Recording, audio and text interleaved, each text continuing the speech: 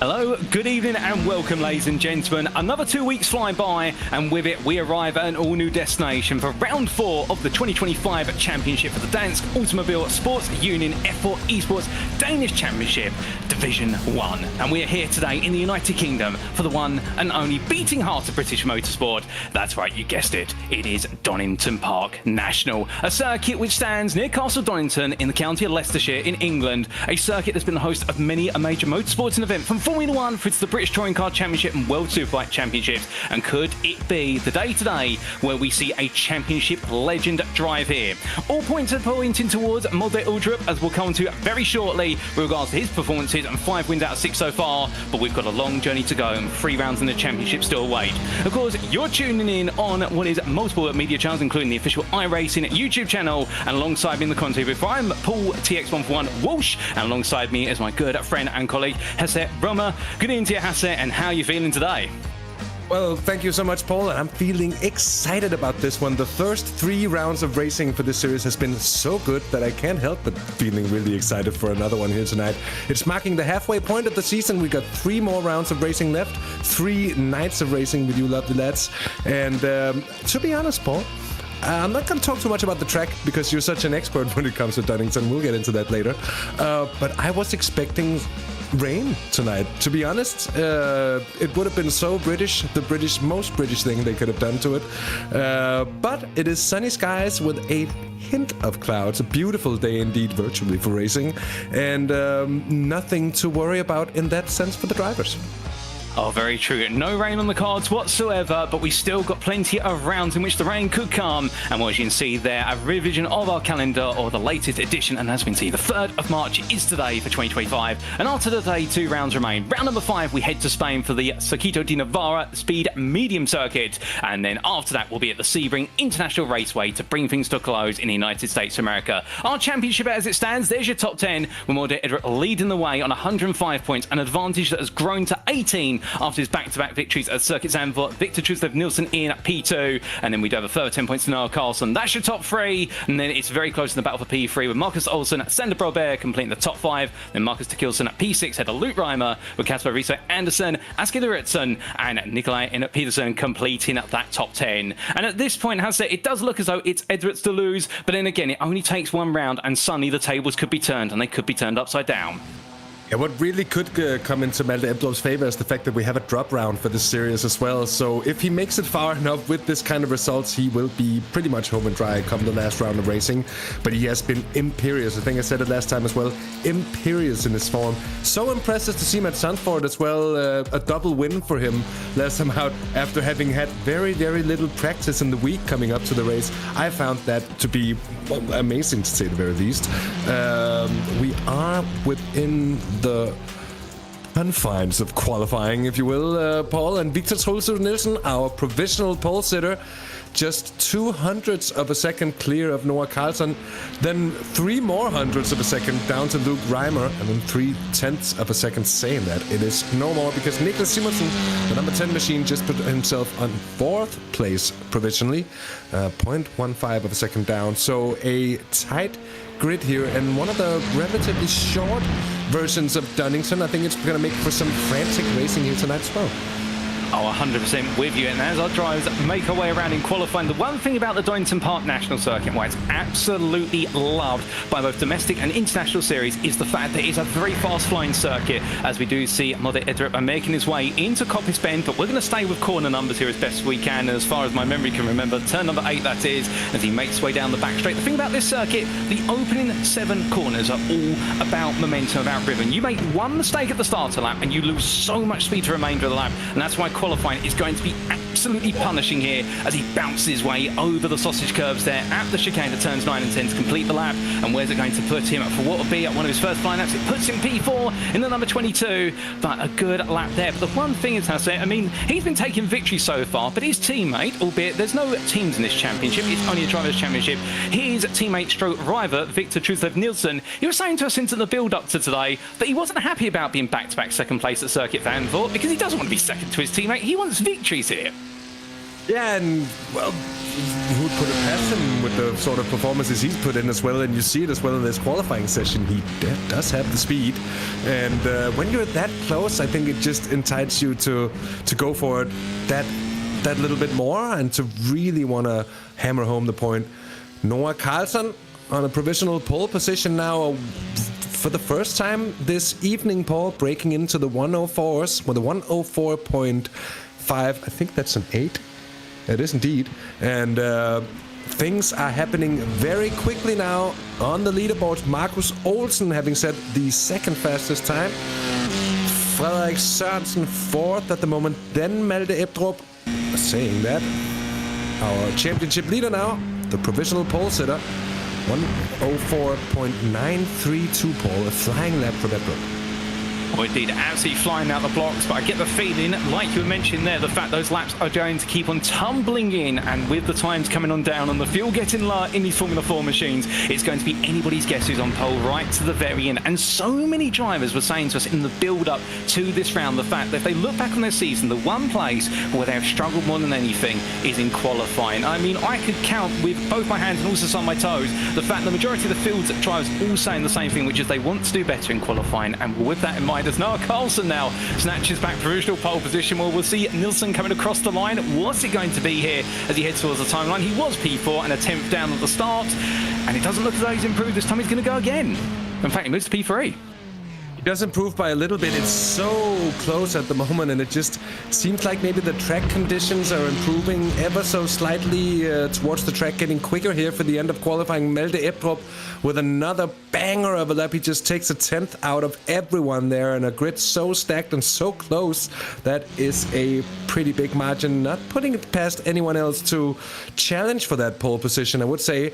But I think it's pretty important for everyone to keep on running and to get the best in at the very latest, because it looks to me, Paul, that the clouds have been coming in a little bit, and that might just make the track temperature drop. And I think as pretty much everyone who's ever tried qualifying, especially in one of these cars as well, and in a field so closely stacked to one another, that little bit of an edge with the track just getting quicker can give you all of the advantage.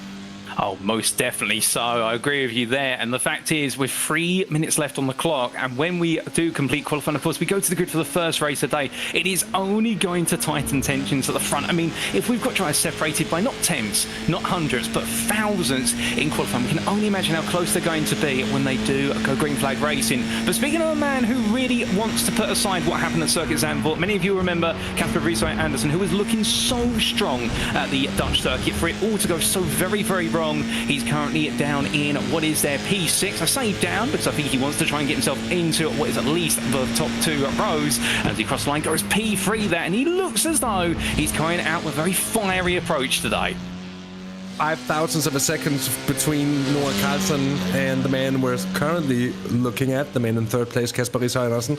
So the thousands already coming into play here, Paul, and it is a sort of a track with a short length and the nature of the track as well, where we could see a sort of a Jerez 97 situation for those in the know, of course, that being the Formula 1 race at Jerez in 1997, where 3 cars hit the exactly same lap time, and the grid order had to be determined on who put in the lap first.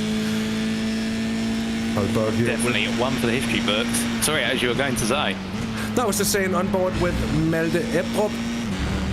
This says pole lap. I don't know if we're seeing the fastest lap on board here, or if it's live with Ebdrup.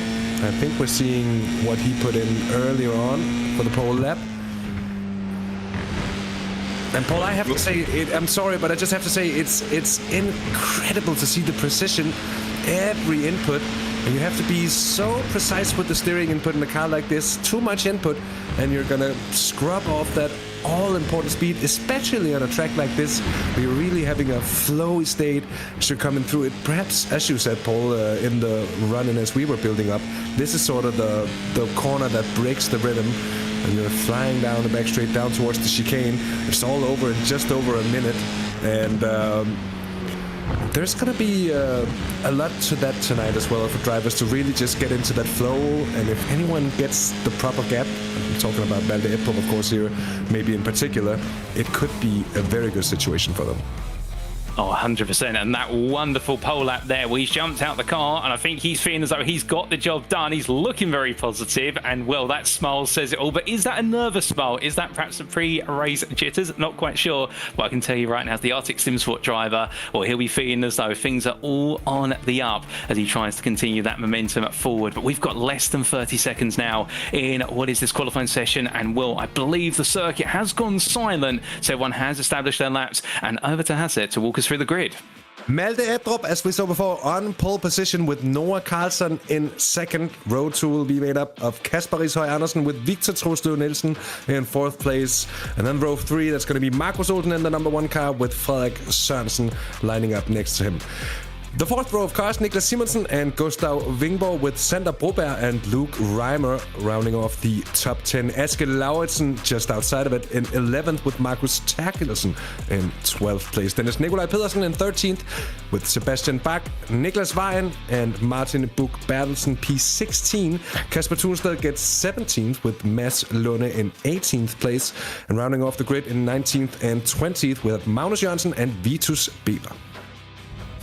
Well, absolutely a stacked grid there, and noting as well, less than a second between all 20 of our drivers in this qualifying session. I mean, we get tighter and tighter margins, it seems, from round to round, and it's not because the circuits are getting easier, I can assure you that, ladies and gentlemen, because whilst this Donington Park National Circuit may only be 1.95 miles in length and 10 corners, you've got to nail every single one, and we saw that from Malte Ebdrup, and as that grid is just being formed now, the sun is shining, and it is a lovely day in the Central Midlands of the United Kingdom. And, well, as our drivers gradually take their positions on the grid, well, it's going to be a drag race down towards turn number 1. Malte Ebdrup will be starting on what will be the optimum line, but could we see Noah Karlsson perhaps slip his way up the inside into the opening corner, because he's had some difficult rounds so far, and he is very eagerly looking to turn things around after the last 2 rounds in particular when nothing has quite gone right. But, of course, there's one man who seems to just be one step ahead of the field, and you can see him right there, Ebdrup, who right now is looking so strong.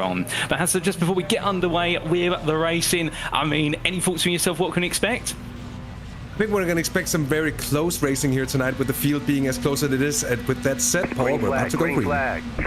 Oh, indeed. And it's lights out, and away we go for our first race of the evening here in the United Kingdom. As the field gets away, it's a smooth start from Ebdrup as he roars his way down towards turn 1. Meanwhile, Rishøj Andersen launches his way up in a P2. Whereas the field now makes its way for the opening corner here, but you can see the damage done. Victor Nilsson up into P3, holding now Karlsson to a fault there, and Karlsson losing 2 places off the line as they make their way down through turns 2 and 3. Here's to be unsighted on cold tyres. 2 wide they come into turn number 4, and that is going to be side by side roaring on through there. As it's going to be a move for Nilsson covering off the attack of Karlsson. A couple of cars run wide there, but they all just about power through it as they now make their way up into turn 6 and 7. 2 wide they come into the braking zone here in the mid pack, and that is going to be a move, a defensive move up the inside there. But Karlsson holding on P4 from Markus Olsen. We've also got some movement from Frederik Sørensen a bit further behind. Oh, goodness, we getting very tasty down the rear of the picture. I believe that might have been a little bit of an altercation between Vejen and Tunstedt, but rolling the way now onto the back straight, and everyone parting the seas here, left, right and centre. They can't seem to decide which way they want to go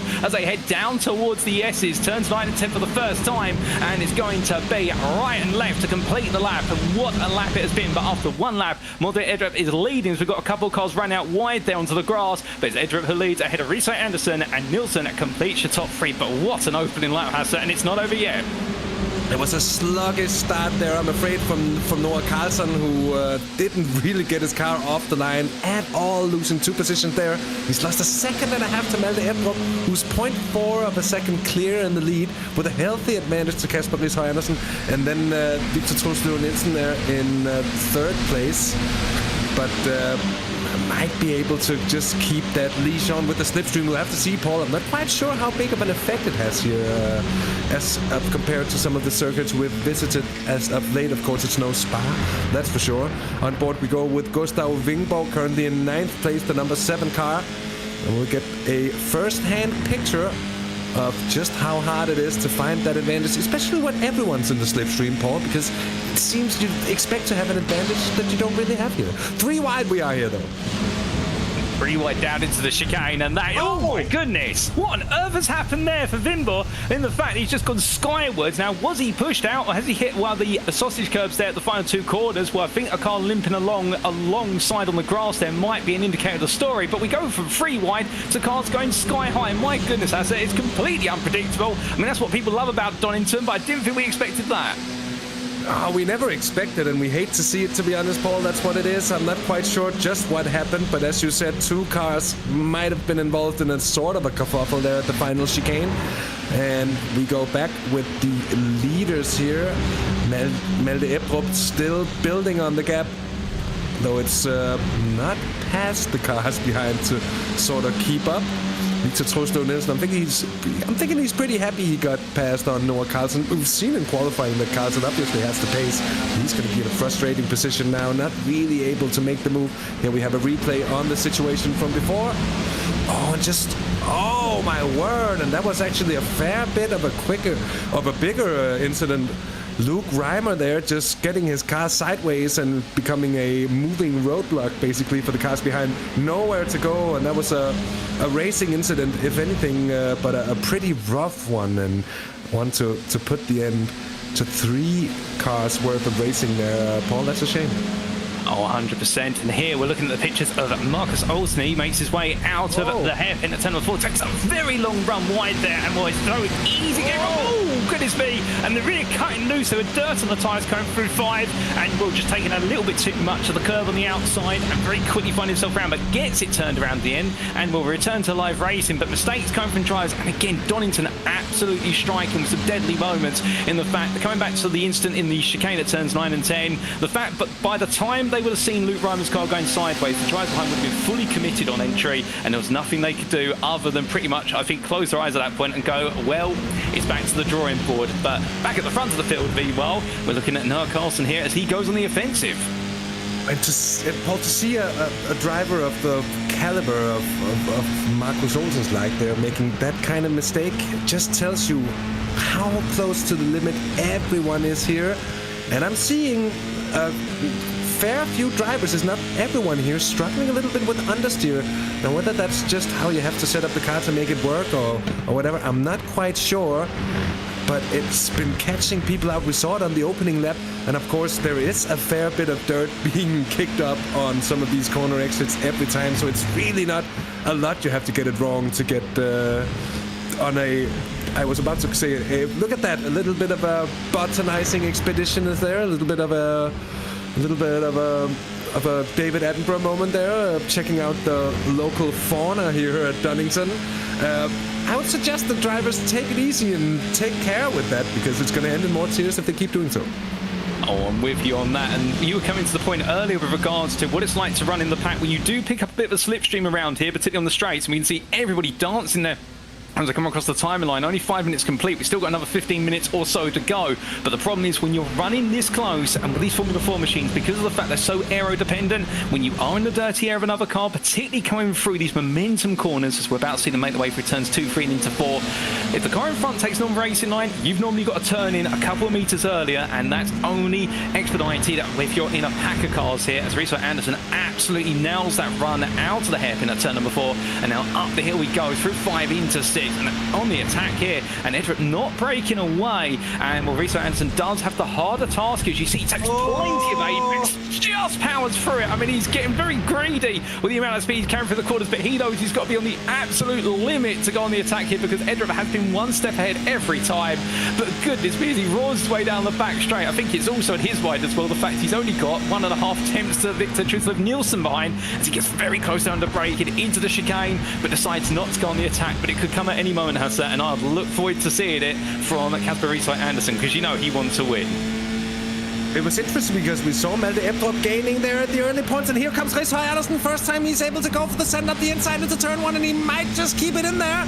But Ebrup with the superior exit on the outside run there keeps the speed and keeps the position for now. And we're going to have to see if there's an opportunity now arising for Victor Troslo Nielsen to see if he can get past on Casper RaceSpotTV. He's certainly close, and It looked to me over the opening laps that Malte Ebdrup had that little bit of an edge, Paul, on everybody else here, but I've been proven wrong, to be honest, on that one. The top four separated by less than half of a second. It is, to say the least, very close.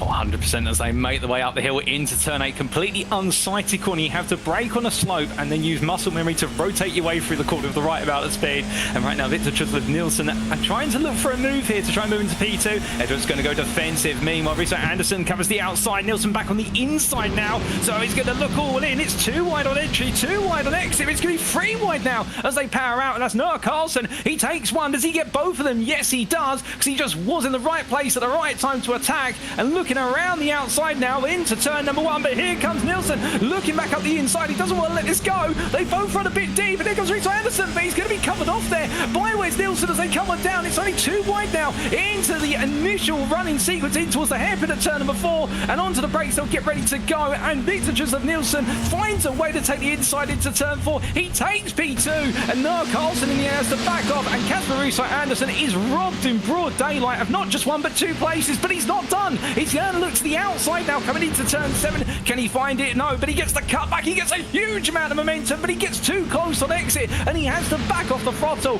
And Casper Riso Anderson, once again, you've got to feel for him. If he doesn't find misfortune at Zandvoort, he just picks the wrong time to strike here at Donington. But saying that, it's not over yet. Let's not rule him out in potentially chasing down a podium, if not the win. But look at the gap to Malte Ebdrup now. That fighting, as spectacular it was, has enabled our leader to put almost 2 seconds on them all.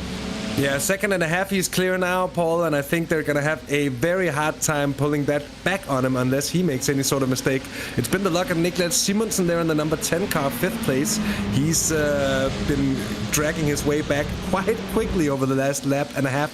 What a battle there. It was elbows out from everyone, and just a testament to the skill involved here that they were able to pull that off without it ending in tears for everyone. It certainly was close, to say the very least. More grass being picked up. I think that was on the exit of turn, what is that, 4? I don't know. But on board we are with Niklas Simonsen, and a look of concentration on his face as well. It says so much, Paul. It looks easy. They make it look easy. Even the really interesting stuff like that, they still make it look flowy and simple, like a magician doing something you wouldn't expect to see. This is quite incredible, to be honest. But it's been the luck of Malte Ebdrup. Look at that gap now, 1.7 seconds. He's well clear of the slipstream as well to the cars behind. And now it's really his to lose for the final 10 minutes of this race, Paul. Oh, indeed. But anything can happen before we see that checkered flag. And speaking of things happening, well, we do look a little bit further back here to the battle for P6. This is the try between Nikolai Pedersen and Marcus Kilson as they head out of turn 1 and down the hill they go. And they're going to have a bit of a similar fashion here, much like our leaders, in the fact that they are going to be looking to battle through in the flying curves of the first half of the lap. And just behind them as well, we do have what is Sebastian Bach. I mean, if you remember the door number 9 driver, well, as he makes his way in behind the 2 in front of him, he'll be thinking about opportunities here to try and use a bit of extra momentum in order to swing on through.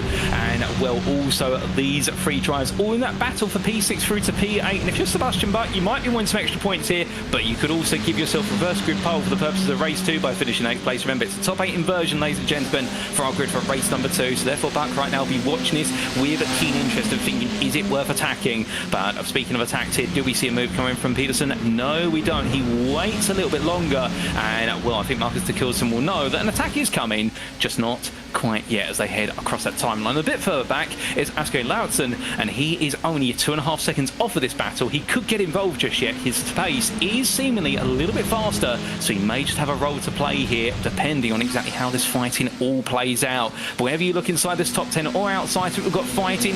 Also off screen, we have had a change between Vitas Bever and Lucas Vine in P10. Bever now moving into the top 10, but we continue to watch here the running order as they make their way through. And, well, from them, we now look back to, and that's a bit of side-by-side between that Vine and what is Casper Tunstedt. Tunstedt in the all-white machine, the black helmet, and then you do have that Vine in what is the white and red machine. He's going defensive here, and Tunstedt looking to go on the attack. Oh, goodness me, what on earth's happened there? You've got to drive into the gravel. I believe that's Nikolai Pedersen? It is, and we'll have to just have a look at the replay in a moment's time, Paul. I have no clue what happened in that situation. Could have been a tiny contact, making... Oh, that's a little bit more than a tiny contact, but he's just, I would say, late to the party there. That's Nikolaj Pedersen.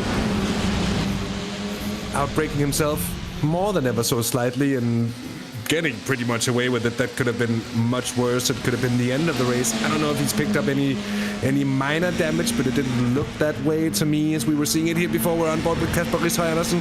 Down in 4th place, he is. Victor Truslov Nielsen is the guy he's battling against. He has a huge run, but Truslov Nielsen just sort of gets him blocked off there. And back to square one this time around, though. It's Niklas Simonsen squeezing through on Rishøj Andersen down into 5th now. So Niklas Simonsen did catch up, and he's done a good job of getting himself involved in that battle as well by gaining that position. He's now challenging Victor Truslov Nielsen for podium place here. Oh, he is, and that's some absolutely brilliant opportunities in there by Niklas Simonsen, just seeing where his rivals all grew together and carried the momentum out of turn number 7 to make that move happen as they come out of the chicane and onto the start-finish straight. 7 minutes. The clock continues to tick away, and as it does, all of the drivers right now roaring the way down in towards turn number 1. With a race leader being 2.5 seconds clear at the front of the field, it does look as though, bar exceptional circumstances, it's more the Edwards to lose. But meanwhile, the big question is who's going to be the runner-up here out of Noah Carlsen, Victor Truslov Nielsen, Niklas Simonsen, and Kasper Rishøj Andersen. Andersen at the back of this quartet now, but they're all getting ready to do the dance, it must be said, as they roar the way up the rise here on the second half of the Donington lap. But I think it's going to be a little bit of calm here before they look to go on the attack. And, well, as they roar the way through, Noah Carlsen will not be breaking away from this anytime soon unless everybody behind him gets involved in an altercation. Not that we're expecting one to be. We've seen some absolutely brilliant battling up racing between them all so far, and as they make the way out of where's the right-hander of turn number 8. Well, ladies and gentlemen, we do have some shooting verdicts with regards to incidents from earlier on in this race, which we're going to brief you on very shortly. And I did have the chance to catch up with our stewards in the build-up to today, but more on that a little bit later in today's broadcast. But as the drivers come across that time in line, all time continues to trickle on. And I think, Hasse, we might have a word on what is a stewarding decision. Yeah, we can see Markus Olsen is to report to the stewards after race 1, so he's going to get a scolding for whatever his part in his earlier incident there. And, well, of course, we don't know what the outcome of this is going to be, so we'll have to keep our eyes and ears open to that. Still the battle for second place raging on. 2nd through 5th here, Paul. And Victor Truslov Nielsen, you said he wanted to win a race here. It looks to me that he's going to have to settle for being able to make it a 2nd place here, if anything. For the first heat, at least. And then, of course, as always, the reverse top 8 is going to make it very interesting for the 2nd heat here tonight, because it's going to be a different challenge for Malte Ebdrup, who certainly isn't going to be able to just run away with it like this. And last time out at Zandvoort, if you remember, there was a little bit of chaos involved, and if you will, maybe a little bit of luck as well, that went the way of Malte Ebdrup. And what I think I can say about that, Paul, is that he has made very, very few mistakes so far this season, and luck just seems to shine on the people who don't make mistakes as well. And by now, Malte Ebdrup looks like the driver to beat, the class of the field. Just that little bit quicker than everybody else. And of course, with all the squabbling that's been going on here behind, that's enabled him to break away, and there's clear daylight between himself and the following 4 cars here. And I think they will have called it by now that this we're seeing is a race for 2nd place. 4 minutes to go. Just a few more laps here. I think that'll be 3 or 4 more laps from here on, and we'll see just how it all pans out. Oh, we will indeed. And just whilst we were discussing that, we were talking about the fault of not making mistakes and a bit of bad luck. We did also see that a brief cut towards Magnus Jørgensen, who had a bit of a mistake coming on through what was the chicane, and that cost him a lot of momentum, dropped him down to P12. So a bit of a frustrating moment there, only a couple of laps ago in what is that battle to finish at the bottom end of the top 10. But staying up the front here with what is our battle for P2. Very close, and to your point there, which you raised, Hassan, a very good point in the fact that we have seen some good fortune at Grace, our championship leader. That's not to say, however, he has not proven himself to be one of the very best in this field for the 2025 championship campaign. But I do wonder if we don't see any major instance like what we saw at Circuit Zandvoort, which were unfortunate, but they do happen given the intensity of the racing. How will he be able to carve his way through the pack? Because, of course, at this point, we have seen it fall into a little bit of a procession here in the battle for P2 through to P5, but that's because nobody wants to lose the toe. Nobody wants to make a move that will split this field, and everybody's waiting for that final lap. But will it be a similar configuration in race if that's the fall? But, of course, that's the future. We're here in the present, and as our drivers roar the way presently down towards turns 9 and 10, well, nobody wants to make a move yet. And I think Noah Carlson right now can only imagine what it must be like inside the cockpit of that machine. He must be absolutely sweating us. I think they're all starting to look for moves here as they come down towards turn 1. Yeah, there's definitely a move going on for 4th place. There's Kasper Rishøj Andersen, swings it up the inside. But I don't think he has the run on Niklas Simonsen. They're going to stay side by side here. And eventually it's going to be an inside run for Niklas Simonsen. Just Rishøj Andersen getting ever so slightly squirrely there. Takes a lot of grass there on the exit. And you have to wonder if that goes down well with the stewards, because it's going off track to keep a position. I'm not quite sure they're going to allow that, but we're going to have to see. Oh, and you really have to judge it to perfection with the exits there. You see Kasper Rishøj Andersen actually getting a pretty good run, but just times it a little bit too early, and we've seen that before, forcing him to lift. And this is one of the things making it so difficult to get a run on the driver ahead. You have to really time it. You have to get it right. And if you can carry the speed, well, it's no good if the car in front of you is definitely there to block you off. And oh, that's my apologies. Rishøj Andersen just getting a little bit loose on the exit of the final chicane. They're living to tell the story and to hopefully die another day. Oh, indeed. And as we look a little bit further down the running order, well, some more change in places. Magnus Jørgensen now dropping down to P13, or is it P14 afterwards? That battle versus Nikolaj Petersen. And in fact, looking around the outside, and that is going to be Martin Bertelsen looking for a move through turn number 1. They'll go side by side now all the way down through turns 2, 3, and E towards 4. Neither driver wanting to give way here. It's going to get very tight there as they come off the apex of 2 into 3. They give each other just about much breathing room. A tap there, and that is going to send, I believe, the car of what will be Martin Bertelsen very wide indeed, unless I'm mistaken. Mans Luna makes way through, and there is the open-mind racing driver of Bertelsen. Dirt on the tyres, and much like we saw much earlier on, that sends him all the way around, but thankfully gets it completely converted in a 360-degree motion and back up to speed there. Well, that was absolutely fluid, but not the way he wanted it to go. But meanwhile, from towards the back end of the field, towards the front, white flags waving, Hasse. We're on the final lap, and this battle now for P2 through to P5. It may take a new turn, as I think Rishøj Andersen looking for another move.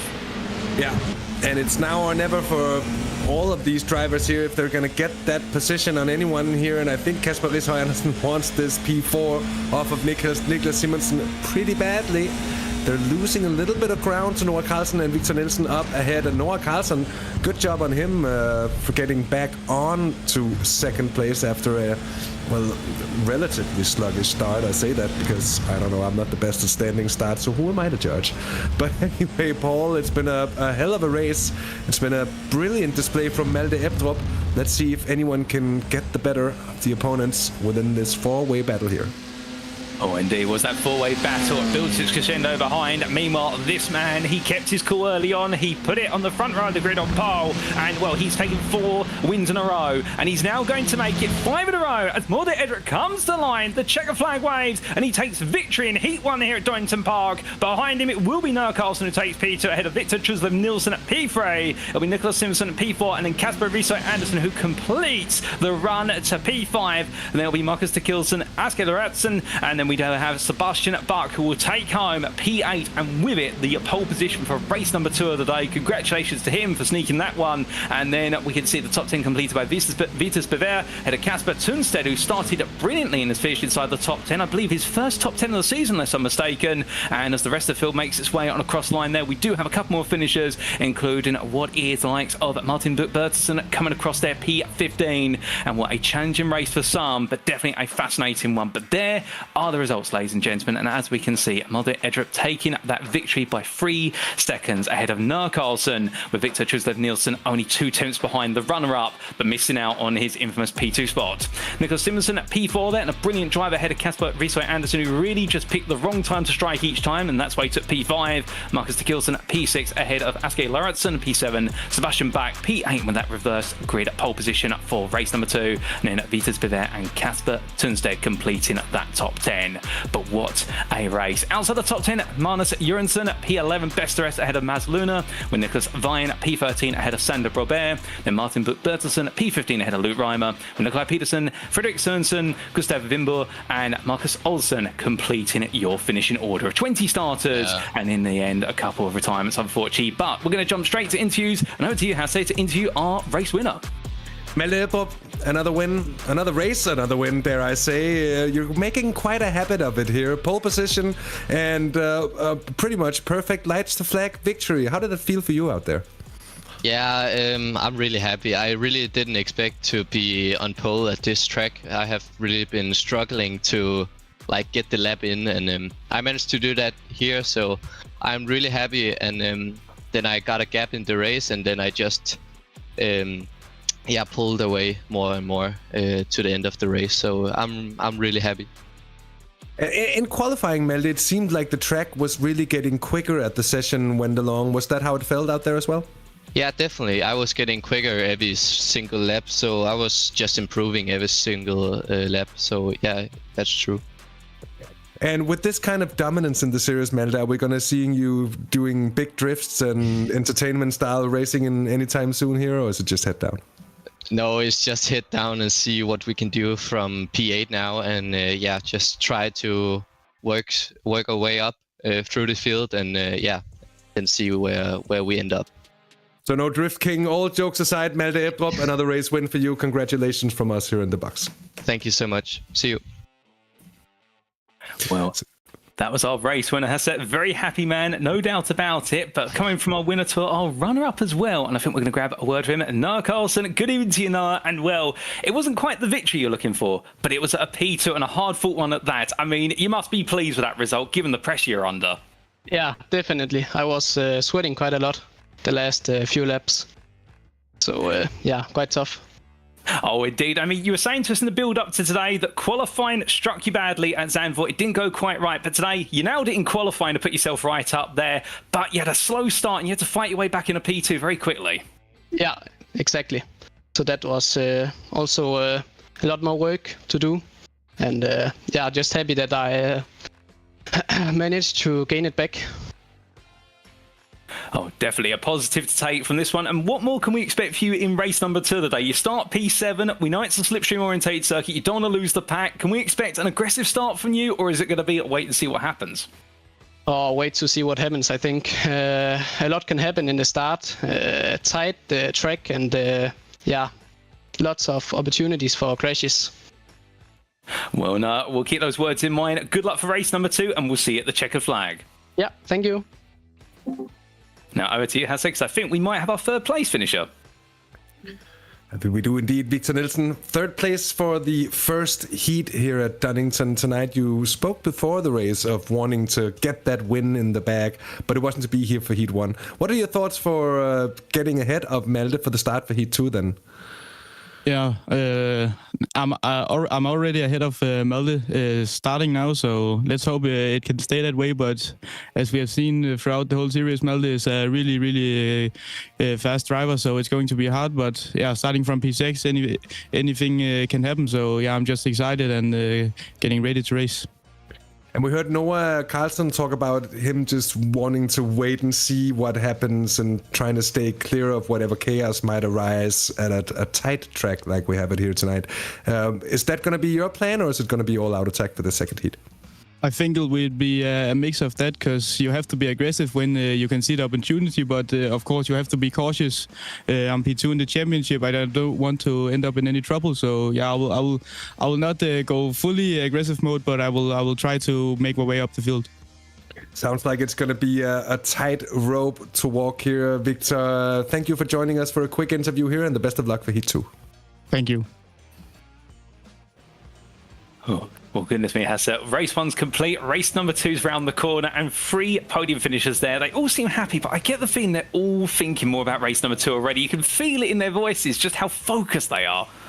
It's like they're still at work, Paul. They're not off yet. They might have had a little bit of a break here, but it doesn't mean you can take your mind off of anything, and especially with the level of concentration required to do well in this series in general, and at a track like this as well. We saw many more, dare I say, incidents of drivers just heading off the track on their own because it's a tighter track, and their margins are really, really small. Here we have the starting grid for Heat 2. Sebastian Bach on pole position ahead of Aske Lauritsen, then Markus Terkelsen in third, and Kasper Rishøj Andersen in fourth place. Fifth place is Niklas Simonsen ahead of Victor Trusløv Nielsen, shadow favorite for this one perhaps. Then Noah Carlsen 7th, joined by Malte Ebdrup in 8th place. Vitus Bever 9th with Kasper Thunsted in 10th. Magnus Jørgensen gets 11th place on the grid here in front of Mads Lunde. Then 13th is going to be Niklas Weyen with Sander Broberg in 14th. 15th is going to be Martin Buch Bertelsen. Then we've got Luke Reimer in 16th, Nikolaj Pedersen 17th, and Frederik Sørensen in 18th place, with the grid being rounded off by Gustav Wingborg and Markus Olsen in the number 1 car.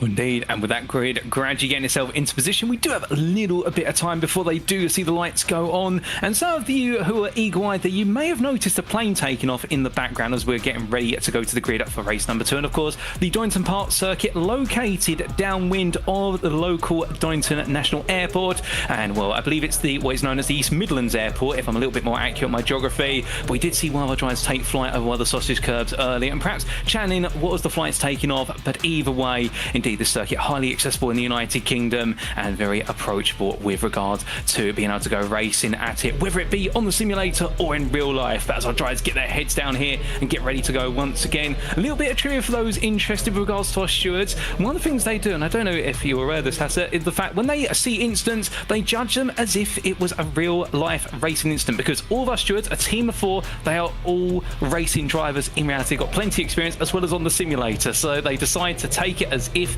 it happened in reality, and it shows in the severity and also the consistency of the penalties. And I like to see that as well, because of course the one big difference there is between the sim and real life that you can't really get back into is the fear of death that you have to have in real life. It goes wrong that you don't have, at least yet, in motion rigs in the sim. With that said, we're about to go green here, Paul, and I think it's a good start for Sebastian Bach. And not the same can be said for Aske Lauritsen with Markus Terkelsen grabbing second place. Kasper Rishøj Andersen already up in the third. They're going to get 3 wide for turn 1. Oh, and someone's wide there. That's the 13 car. That's Aske Lauritsen. It's dropping way down the order, Paul. It's a good start, though, for Sebastian Bach, Markus Terkelsen, Niklas Simonsen clinging on to it there. 2 wide as they still are. And Simonsen, I think, is going to take that position away from Kasper Rishøj Andersen, just like he did in the first heat as well. And looking back, it's Noah Carlsen still ahead of Malte Ebdrup, so no big moves being made. As I say that, that's a major move, and it's contact. And I don't know how they kept that on track. That is one of the best saves I've seen in a very, very long time, Paul. That seemed bound to go wrong, and here we are. Everybody's still racing. That's incredible. I am speechless. That was absolutely 1 millimeter from disaster, and they managed to keep that out of trouble as best they could. And Kasper Thunsted, a special mention to him, he was right in the midst of it all, but we'll come back to that shortly. To get very close there for the chicane, and it's the 2 Arctic SimSport teammates who absolutely go side by side. Mulder, Edvard, Banu and Nielsen, and meanwhile the 17 of Vitus Bever decides to try the rallycross line, then to go around the outside. It's not going to work. He has to back off in the end as they head into turn number 1. He thinks about trying to force the free wide. There's contact, and Vitus Bever goes wide, and who was that contact with? I think it was with what was Nielsen, although I can't quite confirm it. But what I can tell you is that Magnus Jørgensen, who had a difficult end to his race 1, he suddenly finds himself all the way up in P6. He's just simply avoided all the drama, and there's even more. Mads Luna looks up the inside into turn 4 versus Victor Nielsen, and Nielsen holds him off for now. But where on earth did Jørgensen come from? Well, I don't know the answer to that, but what I can tell you is he's suddenly in P6, and I think he's going to be having an absolute grin on his face. But hold the phone, it's almost 2-3 wide there. It's turn 8, they on the back straight.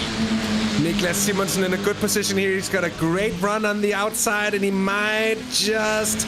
You know what? He's going to be busier defending. That's why he goes to cover. Oh, look at this. No, he might just have to run on the lead car, but he doesn't in the end, having to settle for second. That was our championship leader with a huge drift there, maybe taking me up on the word there. That was worthy of the Drift King indeed, Paul. That was some fine car control, showing us that it's anything but pure luck. And look at that, Markus Takilsen taking the lead, double overtake, straight through on both of them here. Niklas Simonsen trying to get on through as well, but there's a car there on the inside. You can't just squeeze him, mate. And I think he realizes, oh my word, Paul, this is some brilliant racing on the grass. Here comes RaceSpotTV Andersen, and I'm about to lose my voice if I keep going up like this. This is just electrifying racing, Paul. Just what we love to see here. Oh, 100%. And RaceSpotTV Andersen, you can see there, he wants redemption from race number 1, and he's going to go in for it around the outside of turn number 8, and he moves into P2 here, ahead of Markus Takilsen, and in the end backs up, I think, wondering exactly when this fight needs to stop, because look at the field behind there. You've got the top, what is 8 there, all crowding up together, less than 2 seconds between 8 cars, and Sebastian Buck may be leading this right now, but Kasper RaceSpotTV Andersen, I think if he can go for the move, and he's immediately about to do what exactly I'm going to say, he's going to try and go for it, because he wants this lead and he wants to break away as they head on to another lap. It's crazy. I think 3.5 minutes complete and it's been non-stop. There's Takilsen up the inside again. He just lunges it up the inside. 9 is the space to do so. RaceSpotTV Andersen cuts back, but now Buck decides, okay, I'll park it on the apex of 2 because I know that's exactly where Kasper's going to go for it. So RaceSpotTV Andersen now finds himself too wide as we look back from the popcorn seat view here of what is on board with Niklas Simonsen, and RaceSpotTV Andersen just about makes the corner, takes a little bit of liberal literacy there in the grass, but as they make the way through, he takes 1, he's going to look for 2, it's going to be on the inside to outside now through turn 6 into 7, and it's going to be Simonsen looking all the way around the outside, and well, as they head onto the grass, he's got 2 wheels on the tarmac, it'll count for now, and well, we've got a drive-through penalty of the number 19 for causing a collision. That would have been for Luke Reimer for earlier on, and well, that's been awarded by the stewards. It doesn't affect the battling right at the front here, and this battling's not ended. The Takilsen have to go so defensive right, he's practically pinned to the inside white line, but he holds off there. What is Niklas Simonsen, and this is going to enable RaceSpotTV Andersen, who absolutely butchers the grass at the exit of the final corner, to recover from that mistake unpenalised. But here they go. It's 4 wide. I've never seen 4 wide down the straight. In fact, no, it's not. It's 2 by 2 in the end. I'm losing my marbles here, Hassa. I think it's going absolutely crazy. I don't know what they got told between races 1 and 2, but they've turned it up to maximum. I don't know if someone put something in the water they're drinking, Paul, but this has been a race like something else. We thought we saw the elbows out in the opening heat, but elbows have been parked out there this time around. No love shown whatsoever, and yet pretty much everyone making it through. Malte Ebdrup right there in 5th place. Maybe he's cooled down a little bit because he was involved in some spicy stuff earlier in the race as well, saying that there's a bit of ascent here, and he takes 4th place, I think, away from Markus Takilsen, but Takilsen with the better run on the outside here. I wonder if he's going to be able to make it stick. It's still Ebdrup, I would say, with the advantage here. And the late breaking into the final chicane, he takes 4th place. For now, at least. I don't want to say too much. And then further down, we see some trouble here. And that's... Is that with Luke Reimer? I think that what the penalty was given for, Paul.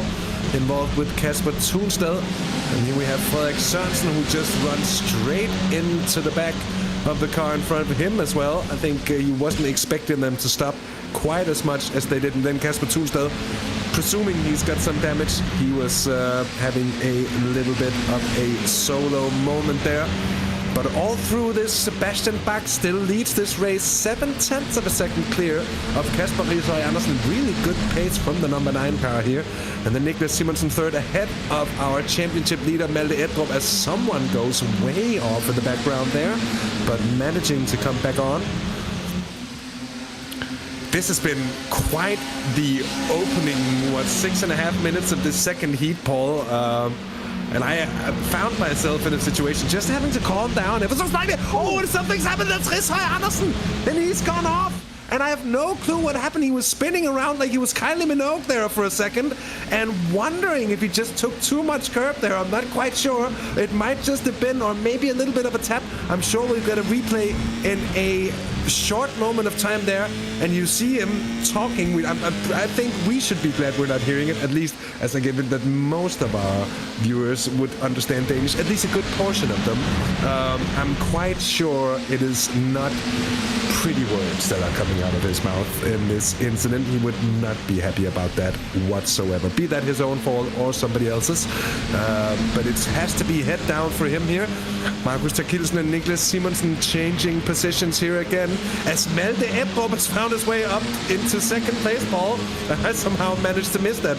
My apologies, but here we have the championship leader now chasing down Sebastian Bach with a 1.8 seconds.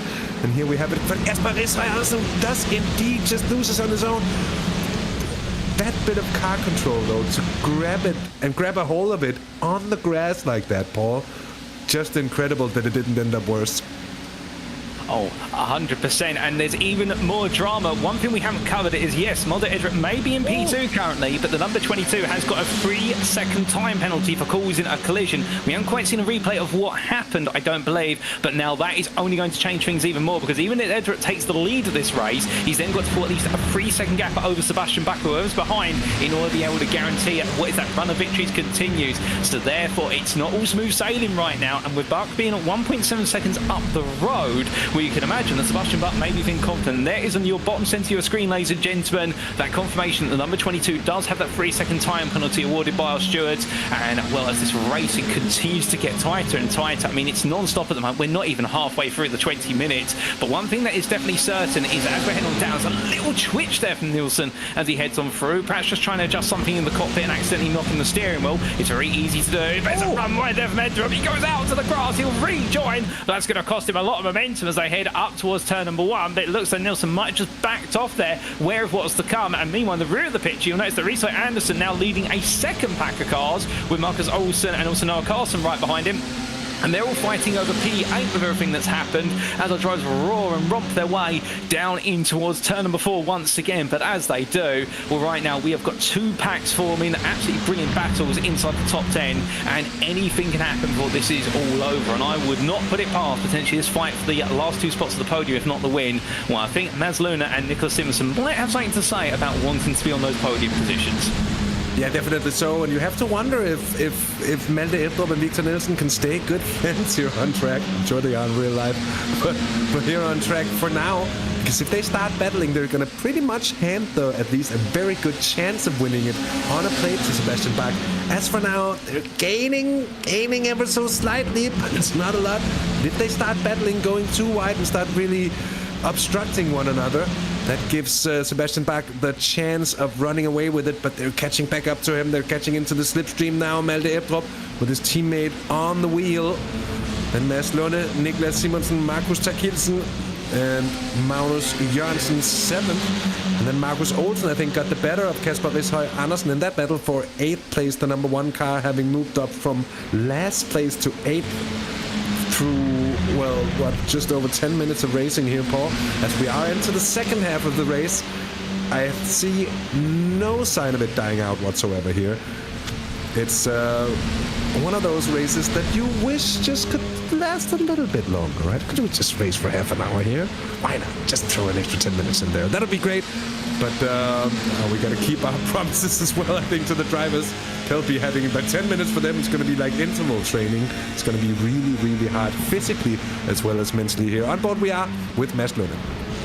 Well, indeed, as he makes way through there, those of you who might have been listening quite closely, you may have heard him lift off under what was the approach to the chicane rather than looking up for that potential run into the corner. And Luna, I think, now really focusing on what is staying up with the pack of cars in front, because he now knows, if he's not aware already, he will have been told by his team principal the fact that Mulder Edric does have a 3-second time penalty. So if you stay within 3 seconds, you're guaranteed a spot by default. So that would put him on the podium. And then he's only got to look for a potential move on the final lap versus Victor Nielsen as they roar their way on down in towards turn number 4. But as they come on through, we have had confirmation from our race stewarding team that the 3-second penalty was awarded to Mulder Edric for contact with his teammate. In fact, we do have the replay here, and here it was in slow motion. Thank you to our broadcast director for this. Just a tiny tap on the wheels between the two of them at turn number 7 on the opening lap, and Edric going sideways one way. And meanwhile, as we come back to what was the live speed reaction, well, there you can see that tiny tap, a 3-second penalty for exit pushed his teammate all out of position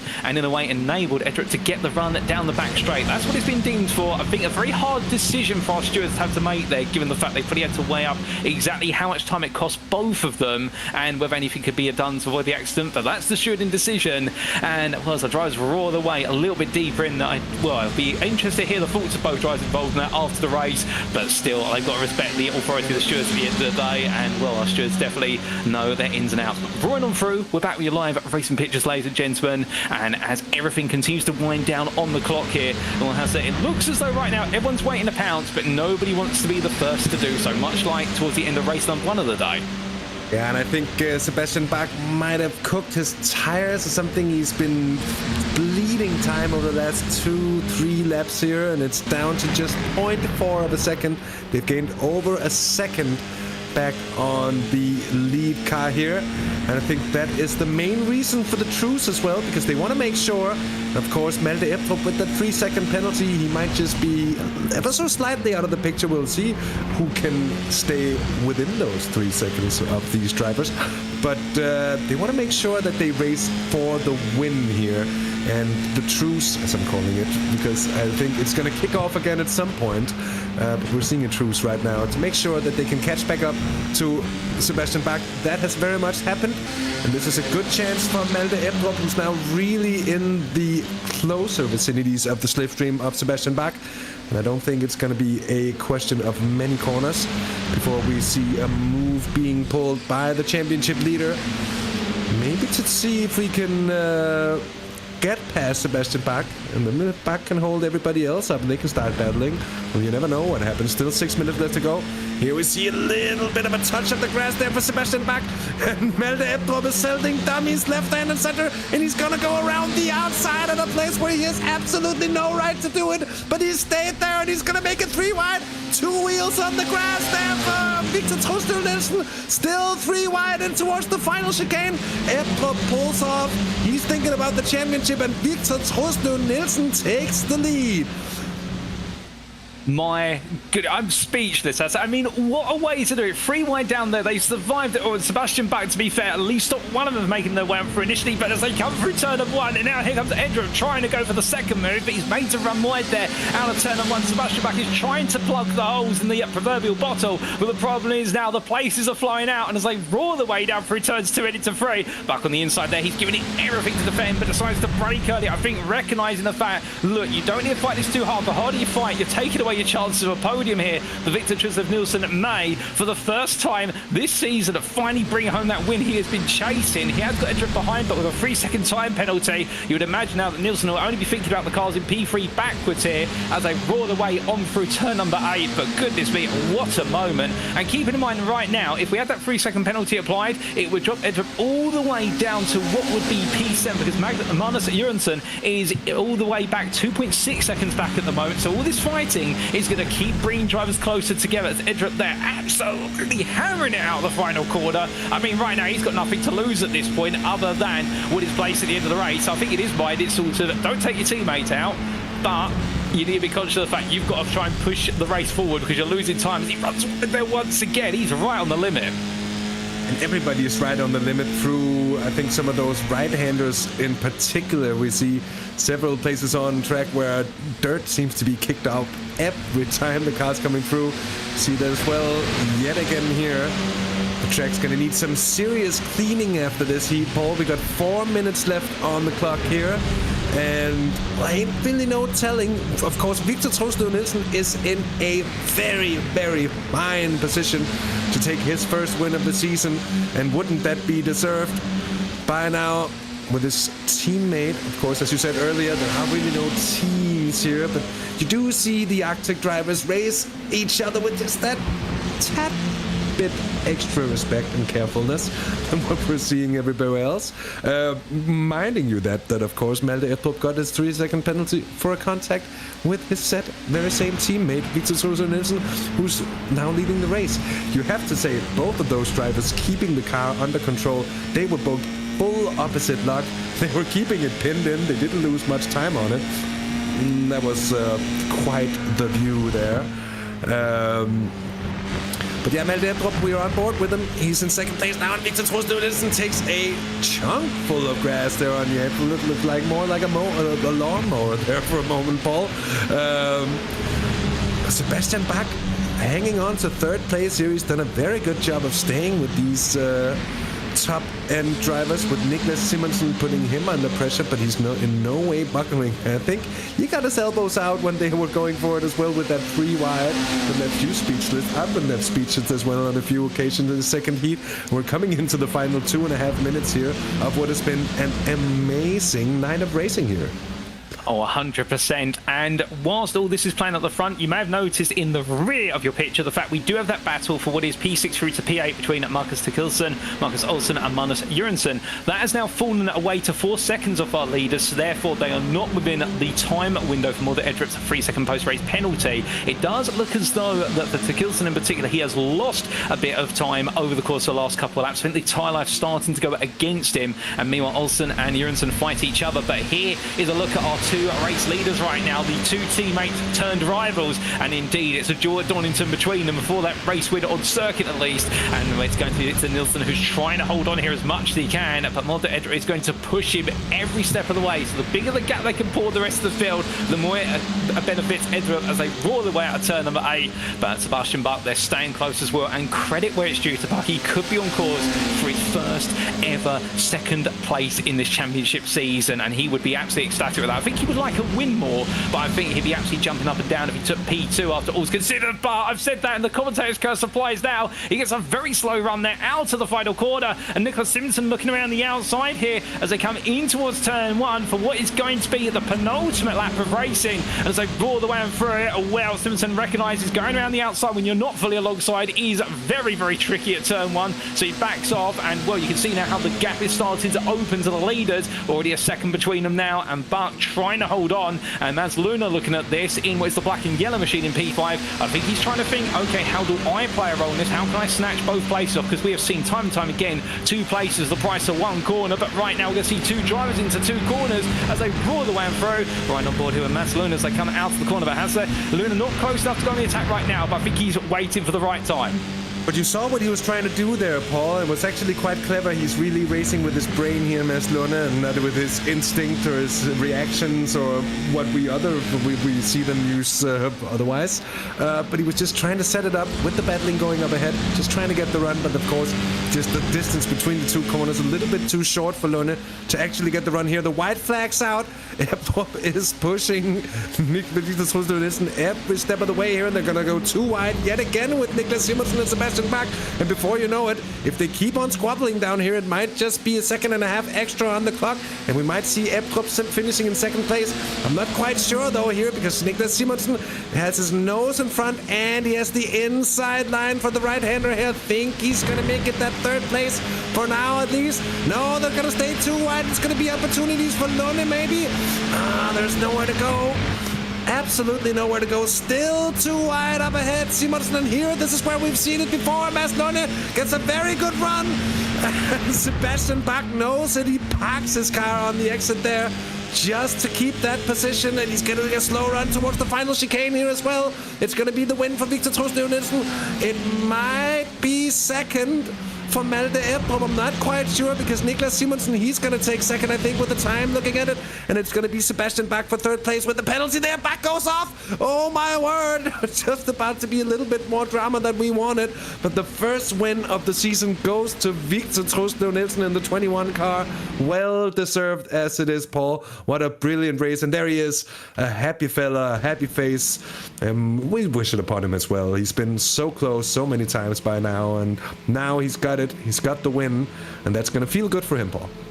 Oh, he's going to be absolutely over the moon with that. But like you say, he was made to work for it every step of the way, and it's his well-deserved first win of the season. We'll get words from him very shortly, but immediately going from that big smile to now the cool, composed face. He does his cool-down lap and realises now going through all the standard procedure. But as everything comes to a halt here at the Donington Park circuit, I mean, race number 1 was up there, but race number 2 was an absolute absolute firecracker race. But here are your provisional results, ladies and gentlemen, subject to post-race penalties. Victor Trislev-Nielsen taking victory there by 1.5 tenths over Mulder Edrup, with Nicholas Simonsen completing your top 3. Sebastian Bach missing out on the podium out of the circuit, at least P4 there, but will be promoted to a P3 finish, given Edrup's 3-second post-race time penalty. Mats Luna P5 ahead of Marcus de Kilson. Marcus Olsen P7 ahead of Magnus Jönsson. The two of them having a brilliant back and forth exchange all the way to the checker flag. Sander Brobert and Kasper Risoy Andersen completing your top 10. You've got to feel for Risoy Andersen, given the fact he missed out on the top 5 in this race. Nicholas Vine P11 best of the rest ahead of Fredrik Sørensen.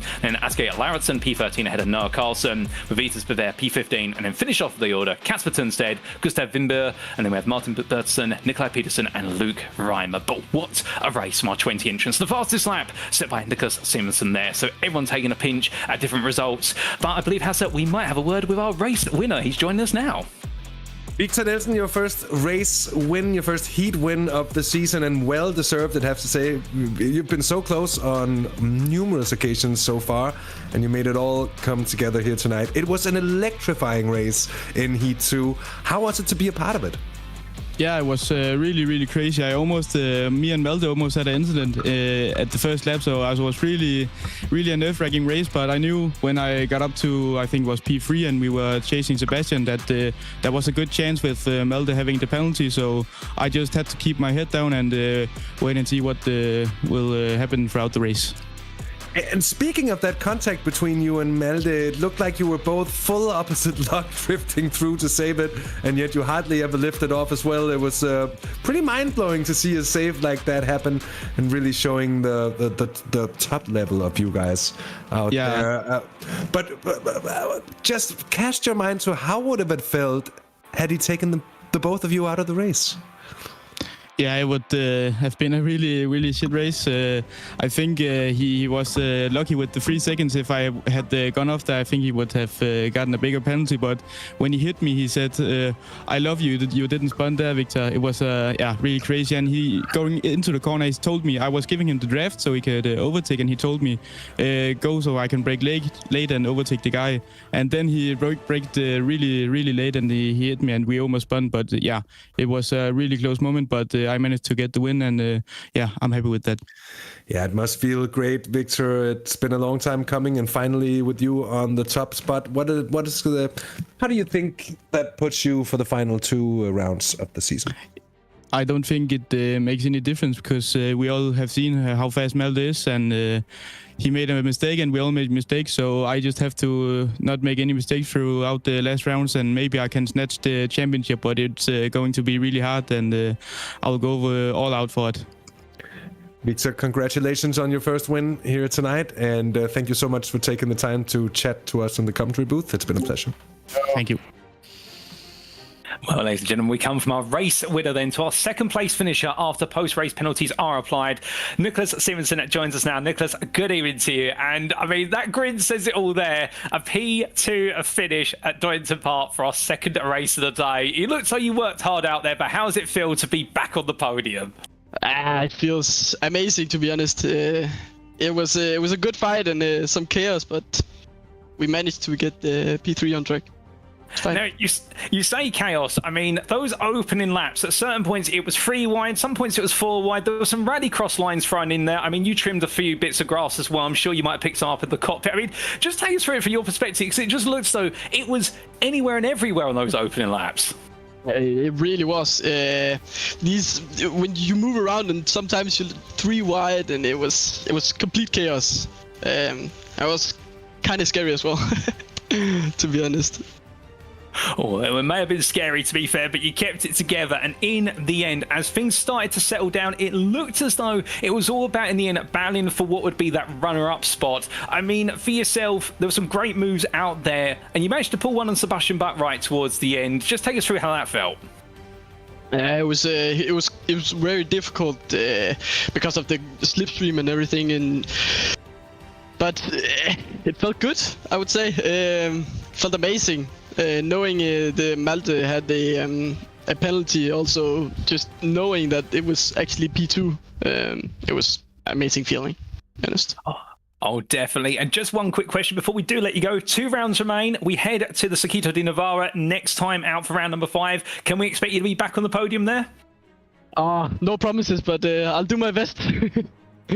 Oh, brilliant. Well, we won't hold you to it, but congratulations on your results day, especially the P2. Well deserved, and we'll see you again in 2 weeks' time. Thank you.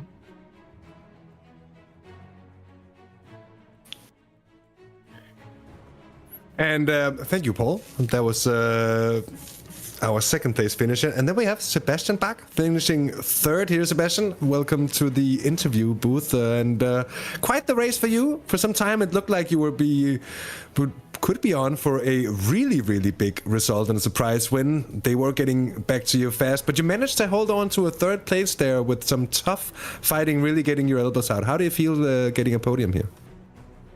I mean, I think it was okay compared to the amount of training I had. So I'm really happy to finish P3 today. And having the top drivers of the competition breathing down your neck, catching you up slowly lap by lap like that, how does it feel being in front and having to fend them off? It's a situation that some of us will maybe never know. I mean, first of all, I think it's a little bit nerve-wracking because I'm not a top driver in this, I would say. So I think it was okay.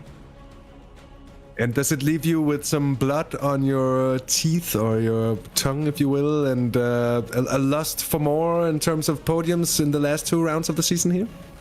Yes, of course. Now I'm done with the Formula Winter Series in Spain, so now I can train a little bit more. So I'm ready to get some better positions now, maybe. Sebastian, congratulations on your podium finish here, and all the best of luck from us here. I'm hoping to see you on the podium once again. Thank you. So, Paul, that concludes our interviews for tonight. A brilliant round of racing and some happy faces to show with it there. It's been, well, as you said, Paul, before, Heat 1 was good. Heat 2... up there with the very best, up there with Spa, the opening round of the season. That was some of the best racing I have ever seen, hands down. Just fantastic. Oh, 100%. I'm with you on that. I mean, it was incredible today at Donington. We saw heroes rise. We also saw some of our mainstay heroes fall to a degree, and it really has opened up the racing all the way through and through the field. There were some absolutely incredible drives wherever you looked. And I mean, we couldn't cover them all, but the ones we did cover definitely deserved their time in the spotlight. And well, just think that's round 4. We've still got 2 more rounds to go. It's going to be incredible all the way to the finish here. And well, as we can see, ladies and gentlemen, as we romp our way through the calendar, we've got 2 more rounds. The Navarra Speed Circuit Medium welcomes us next time out on the 17th of March, and then we have the Sebring International Circuit for March the 31st. I mean, Hasse, 2 rounds remain. We're going to be smiling all the way to the finish, aren't we? Yeah, definitely so. There hasn't been one round that's been a disappointment in any way here with the Daisu F4 Esports Championship. So it's been great, and it's going to be great, and I dare say that you don't want to miss it as well out there. You're gonna watch. You're gonna want to watch in 2 hours, or 2 hours in 2 weeks. My apologies, and in 4 weeks as well for the season finale at Sebring. For tonight, Paul, may I do the round off?